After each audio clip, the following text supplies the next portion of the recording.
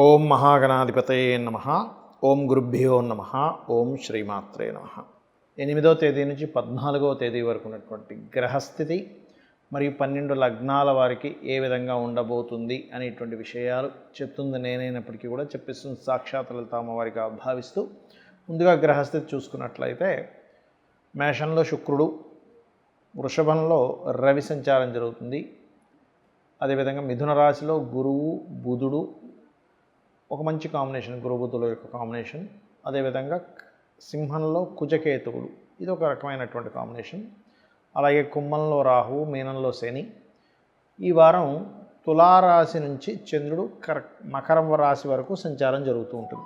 దీనివల్ల కలిగేటువంటి ఫలితాలు ఏమిటి, ఎటువంటి జాగ్రత్తలు తీసుకోవాలి అనేటువంటి అంశాలు మనం ఇప్పుడు ఒక్కొక్కటిగా చెప్పుకుందాం. సింహలగ్నము, సింహరాశి. సింహము వారికి కనుక చూసుకున్నట్లయితే లగ్నంలో పాపగ్రహాల యొక్క సంబంధము, ఏకాదశంలో 2 శుభగ్రహాల సంబంధం, చాలా మంచి కాంబినేషన్. అంటే లగ్నంలో మరి పాపగ్రహాలు ఉన్నాయన్నారు కదండి. ఏమిటంటే ఒకటి సింహలగ్నానికి శుభుడే వీళ్ళిద్దరూ కూడా.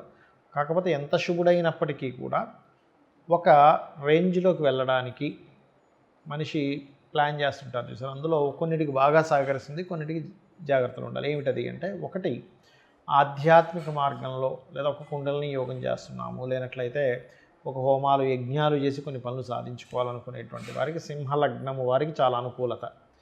కానీ అదే ఎవరికైనా చూడండి, కొన్నిసార్లు వాళ్ళకి హెల్త్ బాగోపోవడమో, బీపీ లెవెల్స్ ఎక్కువగా ఉండడం, ఇట్లాంటివి జరుగుతుంటాయి కొంతమందికి. అటువంటి వారు మాత్రం చాలా జాగ్రత్త వహించాలి ఈ యొక్క అంశంలో. అలాగే మరొక విషయం ఏంటంటే ఇక్కడ ఈ 8వ తేదీ ఎవరితోనైనా రాతకోతలు విషయంలోని మరియు 9, 10, 11 తేదీలు ఎడ్యుకేషన్ విషయంలో నిర్ణయాలు, ఉన్నత విద్యా సంబంధించిన విషయంలో కొన్ని నిర్ణయాలు తీసుకుంటూ ఉంటాం. ఒక్కోసారి అదే సరైన నిర్ణయం తీసుకుందాము కదా అని అనుకుంటాం, కానీ కొన్నిసార్లు మాత్రం అది తప్పుడు నిర్ణయం అయ్యే ఛాన్స్ ఉంటుంది. కాబట్టి కన్స్ట్రక్షన్స్ అంటే ఏదైనా ఒక భూమి తీసుకున్నాము, లేకపోతే ఏదైనా ఒక నిర్మాణం చేసే విషయంలోని విద్యా సంబంధించినటువంటి అంశాలలోని చాలా జాగ్రత్తగా నిర్ణయం తీసుకోవాలి. ఈ ముఖ్యంగా 8, 9, 10, 11 తేదీల్లో.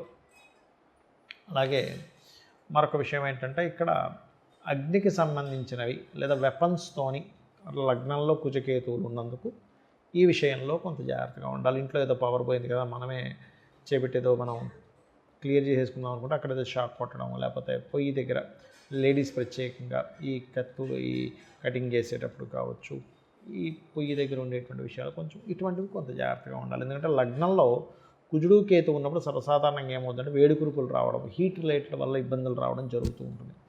ఇక వివాహ సంబంధించిన విషయంలో చూసుకుంటే అనుకూలత ఏర్పడదని కాదు. అలాగే మరొక విషయం ఏంటంటే 2వ వివాహం కోసం చేసే ప్రయత్నం ఫలిస్తుంది. అది కూడా 7వ స్థానంలో రాహు ఉన్నందుకు విదేశీ సంబంధాలు కుదురుతాయి. ఇక మీరు నిత్యము చేయవలసిన దేవతారాధన దక్షిణామూర్తి స్తోత్ర పఠనము, విష్ణు సహస్రనామాలు, కుజుడు కేతు గ్రహాల దగ్గర దీపారాధన చేయడం అన్ని విధాలా బాగుంటుంది. చాలామందికి కొన్ని అపోహలు ఉన్నాయండి. ఈ వీడియోలో చాలా అపోహలను తొలగించే దీని మీద నేను చెప్పబోతున్నాను. ఒకటి, వివాహ సంబంధాలు కుదుర్చుకునేటప్పుడు కేవలం పాయింట్స్ చూస్తున్నారు చాలామంది తెలియక. 18 పాయింట్లు కలిశాయి చేసేయండి, కానీ అది పూర్తిగా తప్పు. పాయింట్లు కొంతవరకు పనిచేస్తుంది, అసలు పనిచేయదని నేను చెప్పట్లే. కానీ అంతకంటే ముఖ్యంగా చూడవలసినటువంటి అంశం ఏమిటి అంటే వాళ్ళ యొక్క జన్మ నక్షత్రాలు మిత్రులవుతున్నారా లేదా, దానివల్ల మనసులు కలుస్తాయి. రెండవది, వారిద్దరి జన్మజాతకంలో ఆకర్షణ, ఇద్దరు వ్యక్తుల మధ్య జీవితం సాగించాలని వాళ్ళిద్దరి మధ్య మనసులతో పాటు ఆకర్షణ కూడా కలవాలి. సో శుక్రకుజులు ఎక్కడున్నారు, సోల్మేట్స్ అంటూ ఉంటారు, అంటే ఇద్దరు రవిలు ఎక్కడున్నారు, రవిగ్రహం ఎక్కడెక్కడ ఉంది. అలాగే బుధుడు కమ్యూనికేషన్స్ కారకుడు ఎలా ఉన్నారు ఇద్దరి జాతకంలో. ఆ రకంగా ప్రతిదీ జీవుడు, కర్మ, రాహు కేతువులు కాలమోక్ష కారకులు, ఇవన్నీ చెక్ చేసుకొని దీంతోపాటు ప్రధానంగా మనం చూడవలసింది ఏమిటంటే అమ్మాయి జన్మజాతకంలో, ఉదాహరణకి అమ్మాయినిచ్చి ఒక అబ్బాయికి చేస్తున్నాం, అప్పుడు అబ్బాయి జన్మజాతకంలో వివాహ జీవితం ఎలా ఉంది, లగ్నం ఎలా ఉంది, ప్రధానంగా ఆయన ఏమైనా శాడిస్ట్గా ఉన్నాడు అబ్బాయి. ఇది అమ్మాయికి కావచ్చు అబ్బాయికి కావచ్చు, ఇవాళ రేపు ఇద్దరు ఒక రకంగానే ఉంటున్నారు. సో శాడిస్టిక్ నేచర్స్ ఏమైనా ఉన్నాయా వాళ్ళ లగ్నంలో, లగ్నం బాగుందా, ప్రేమపూర్వకంగా ఉంటారు, ఇవి ఫస్ట్ చెక్ చేయాలి. కొంతమంది తట్టుకునే శక్తి ఉంటుంది, వాళ్ళ అవతల వాళ్ళంతా గట్టిగా ఉన్నా కూడా, అప్పుడు పర్లేదు. అలా ఈ అమ్మాయి బాగా సెన్సిటివ్, అబ్బాయి బాగా శాడిస్టిక్ అనుకోండి, చాలా ప్రాబ్లమాటిక్ అవుతుంది. కాబట్టి ఆ రకంగా కుటుంబ స్థానము, సంతాన స్థానము, వివాహం తర్వాత ఉండే జీవితం, వివాహం తర్వాత ఉండే జీవితాన్ని 12వ స్థానంలో చూస్తారు. సో 12వ స్థానం కనుక 2 వివాహాలు సూచిస్తే, ఒకవేళ లవ్ మ్యారేజెస్ అయితే నేను చూసుకోవద్దని చెప్పాను. ఒకవేళ లవ్ మ్యారేజెస్ అయినా చూపించుకున్నట్లయితే ఇలా 2 వివాహాల యోగం ఉన్నప్పుడు అర్క వివాహము పురుషుడికైతే, స్త్రీలకైతే కుంభ వివాహం చేయించాలి. ఇది ప్రధానంగా చూసుకోండి. ఇందులో చాలామందికి ఉన్న అపోహలు ఏమిటంటే ఆశ్లేష నక్షత్రం మంచిది కాదు, అత్తగారికి గండం, మూలా నక్షత్రం మంచిది కాదు అనుకుంటూ ఉంటారు. అలాంటివి ఏమీ లేవండి. ఒకటే గుర్తుపెట్టుకోండి, ఆ పర్సనల్ చార్ట్లో దశమ స్థానం పాడైతే, అదేవిధంగా అత్తగారి జాతకంలో కూడా గండ యోగాలు ఉంటేనే అత్తగారికి గండం, అదర్వైజ్ కాదు.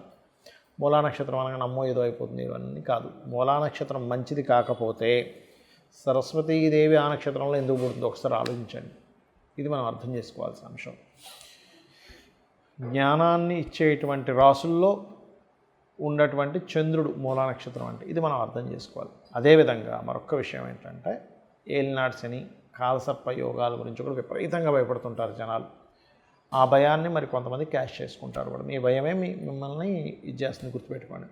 ఎక్కడా కూడా జ్యోతిష్ శాస్త్రము ఏలినాటి శని వచ్చింది కాబట్టి నువ్వెందుకు పనికిరావు అని ఎక్కడా చెప్పలేదు. ఒక్కరిని చూపించమనండి, ఏలినాటి శని వచ్చింది, అర్ధాష్టమ శని వచ్చింది, అష్టమ శని వచ్చింది కూడా ఎందుకు పనికిరారు, కాలసర్ప యోగం ఉంది కాబట్టి ఎందుకు పనికిరారు అని ఎక్కడా చెప్పలేదు. ఏ శాస్త్రంలో, ఏ గ్రంథంలో, ఏ మహర్షి కూడా దాన్ని ఈ రకంగా వాళ్ళు రాయలేదు, గుర్తుపెట్టుకోండి.